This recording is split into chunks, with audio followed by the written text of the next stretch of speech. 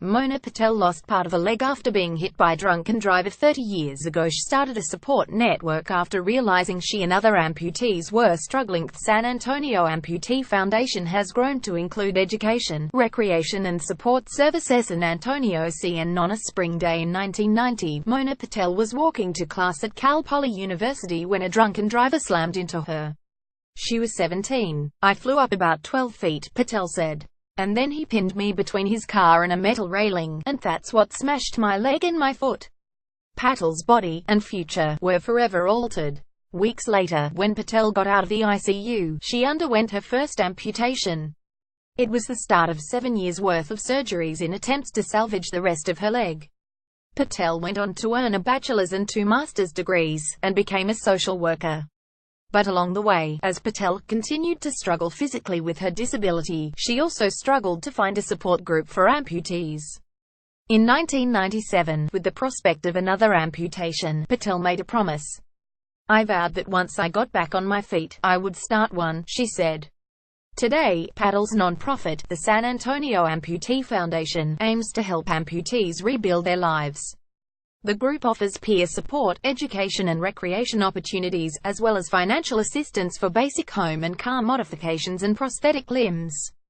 Every month, 30 to 60 amputees get together to share stories and testimonies of strength and resilience.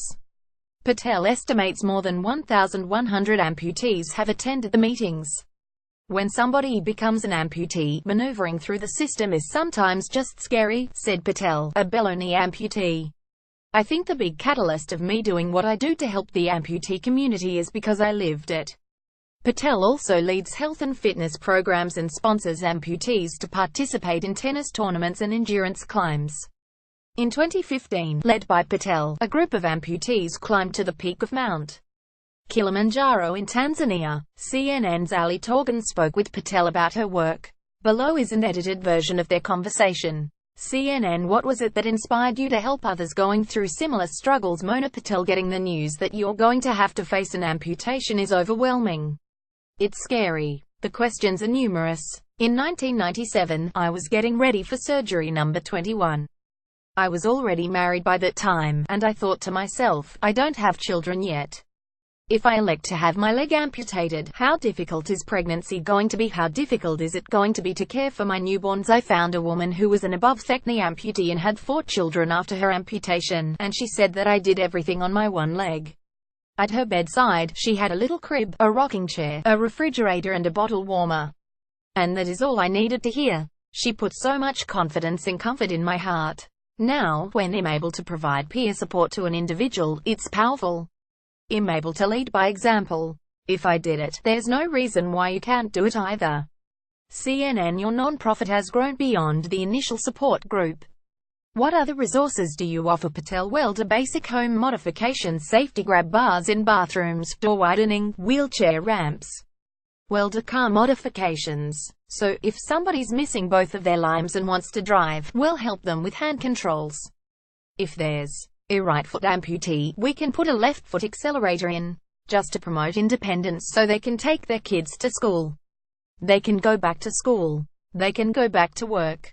I really try to promote healthy lifestyles, staying physically fit. I've exposed our members to various activities: yoga, horseback riding, wake surfing, hiking, skiing and tennis. Recently, on average, a very basic prosthesis can cost anywhere from $8,000 to $25,000.